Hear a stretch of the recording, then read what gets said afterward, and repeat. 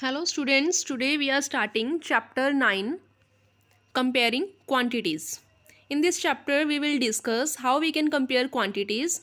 In our daily life we always compare things like who has performed better, whose height is more, and who is tall, okay, and speed. We always compare speed, whose speed is high. So, in our daily life, we always use comparisons, we always compare the quantities. Okay, so to compare quantities, we use some terms like ratio, percentage, etc. So, first of all, we will discuss ratio, proportion, and unitary method, and then we will move further to percentage. So, ratio is already discussed in 6th grade. So, you already know what is ratio. Ratio is used to compare any two quantities.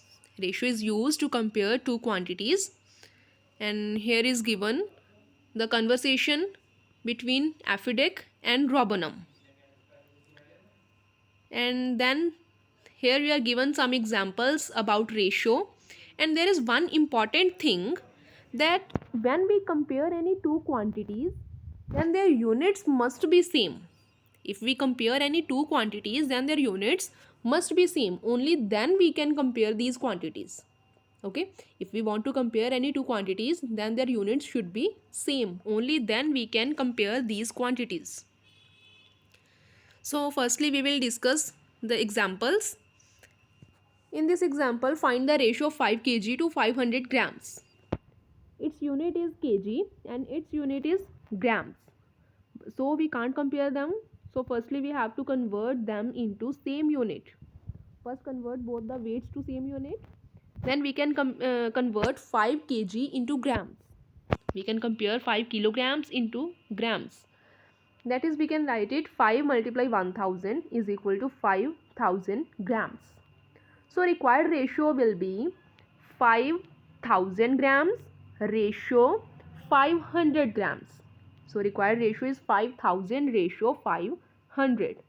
So now we will change it into simplified form, and it will be 10 ratio 1. So this is the required ratio of given statement, 10 ratio 1. Next example is, are the ratios 3 ratio 4 and 12 ratio 16 equivalent? We have to find whether they are equivalent or not. So above ratios can be written as 3 by 4 and 12 by 16. We can write the ratios in fractional form also. So we can write them in this form, 3 by 4 and 12 by 16. And to compare them, their denominator should be same. So we will multiply 3 by 4 by 4. 3 over 4 will be multiplied by 4 in numerator as well as denominator, so that its denominator should be 16. Then it will become 12 by 16. So it is 12 by 16. And second fraction is also 12 by 16. So these are equal. Both these fractions are equal.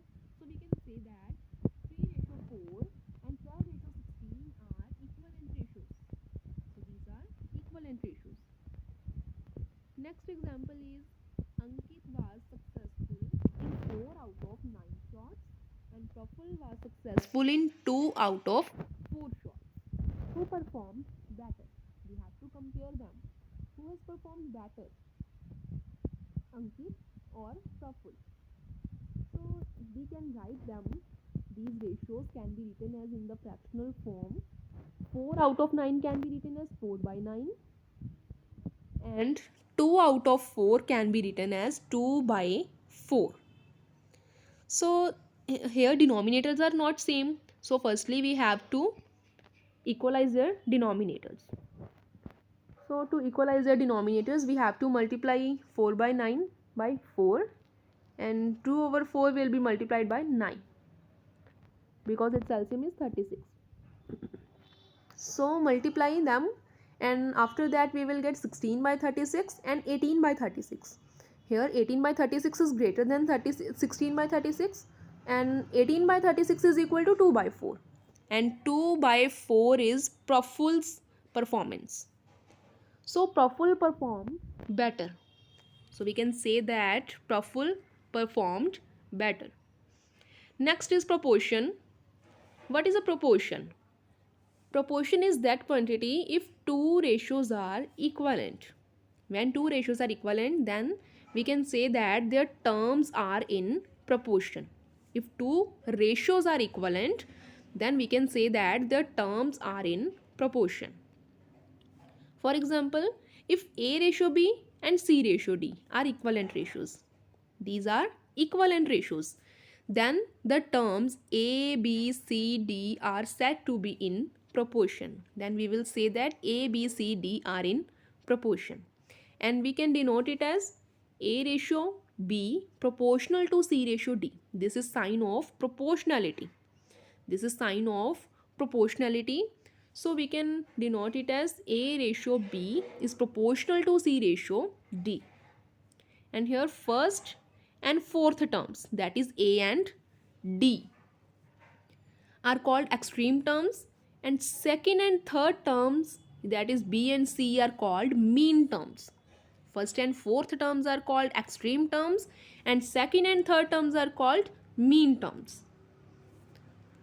So now what is the condition of proportionality? Condition of proportionality is A over B is equal to C over D. We can write A ratio B as A over D, and it is equivalent to C over D. C over D. So A over B is equal to C over D, and then it will become A multiply D is equal to B multiply C. That means A and D are extremes, so it is product of extremes. B and C is means, so it is product of means.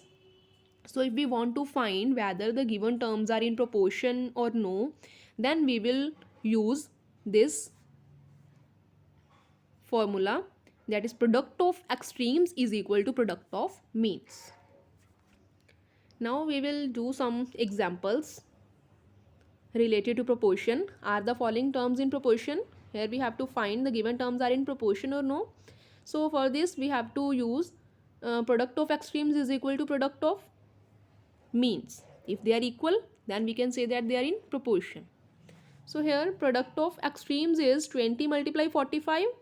20 multiply 45 is 900, and product of means is 25 multiply 40, and it is 1000. And here product of means and product of extremes is not equal, so we can say that these terms are not in proportion. Then next example is if 45, 25, x and 5 are in proportion. We are given that they are in proportion, then we have to find the value of x. They are in proportion, so we can write them in this way: 45 ratio 25 proportional to x ratio 5. We can write it in this way: 45 by 25 is equal to x by 5. Then 5 will be multiplied to left hand side, then x will be equal to 45 by 25 multiply 5, and after solving it we get x is equal to 9. So this is value of x. Next topic is unitary method. What is a unitary method? If the cost of 12 books is rupees 432, the cost of 12 books is rupees 432, you have to find the cost of 16 books. So firstly you should know what is the cost of one book. So to find this we use unitary method. Okay, we use unitary method. Here in your book second method is unitary method, so we will use this method. Firstly we discuss this method. Here cost of 12 books is rupees 432, then you will find cost of one book, and it will be equal to 432 divided by 12. And then cost of 16 books is equal to 432 divided by 12 multiply 16, because we have already find cost of one book. Then to find cost of 16 books we will multiply it by 16, and after solving it we get rupees 576, and this is cost of 16 books. You can also do this question by using ratio and proportion, and by using ratio and proportion you can do it in this way: Firstly, you have to assume the thing that you have to find. You have to find cost of 16 books. Then you will assume that cost of 16 books be X. Then it is important thing, we can set the two ratios equal by keeping the ratio of the number of books and their cost in proportion. Okay, firstly we have to write number of books and then their cost. We are given that 12 books cost of 12 books, and cost of 16 books we have to find. Then it will be proportional to 432 ratio X. 432 is cost of 12 books and X is cost of 16 books. Because we can find ratio of only same units, so their unit must be same. 12 and 16 are number of books, 432 and X are cost of books. So we will write it in this way: 12 ratio 16 is proportional to 432 ratio X. Then we will solve it. 12 by 16 is equal to 432 by X.